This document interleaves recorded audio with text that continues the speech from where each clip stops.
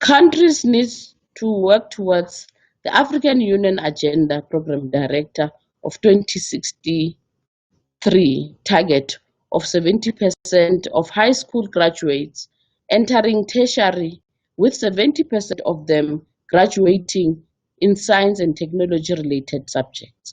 This means raising the quality of early science, technology, engineering, and maths teaching.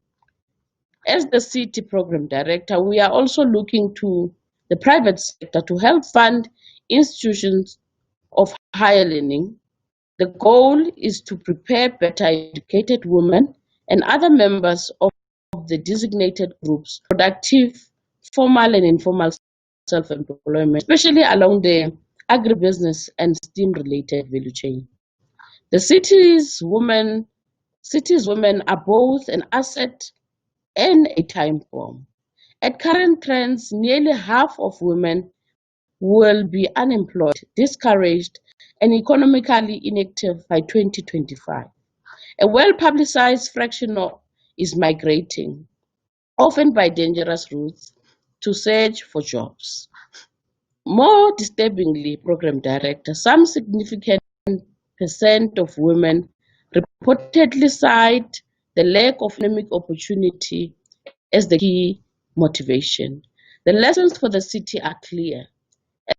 As the city, together with private sector, we need to create about more than 100,000 jobs which each year until 2035, double the number created in the last 5 years.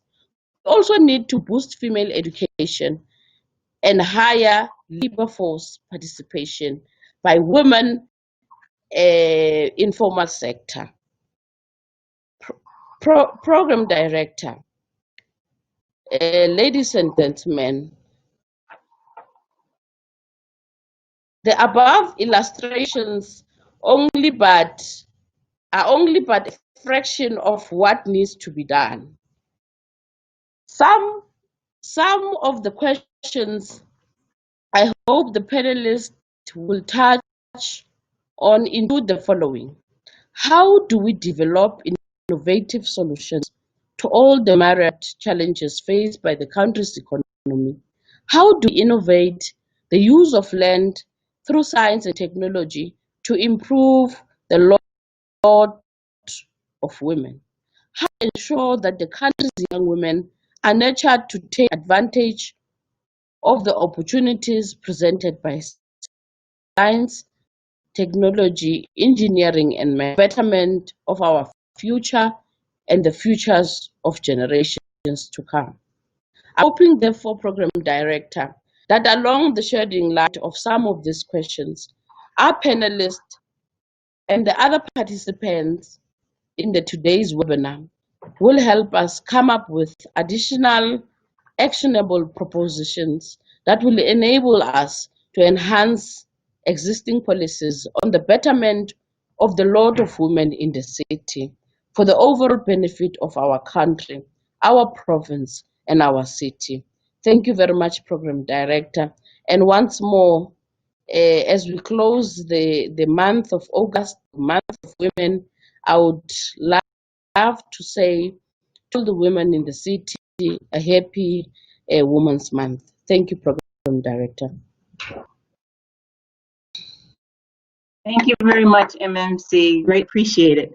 And it's also a great segue to our panel. I mean, the MMC has raised some very big questions for us, and these are challenges that we all know exist.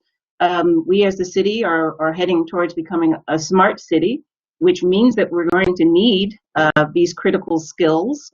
But yet, as she so notes, there's a mismatch between the skills that are coming out of our schools, the requirements of industry, and soon the requirements of government as well. So I lead in to introduce our panelists today, who are going to kind of discuss and unpack some of these issues. We have with us today, raise your hand when I say your name, Leslie Donna Williams. She's the CEO of Wits University, Shlomo precinct. We have with us Refilwe Ledwaba. Refilwe is our resident certified qualified helicopter and pilot instructor. He's also the founder of Girls Fly program in Africa and the Global Fund in Aerospace Innovation and Tourism of the GPFA, which is Girls Fly program in Africa.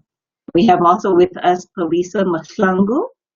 Palisa is the executive director and co-of Innovolution educational programs, and she's got her own Tech Savvy Kids, which she has created and founded.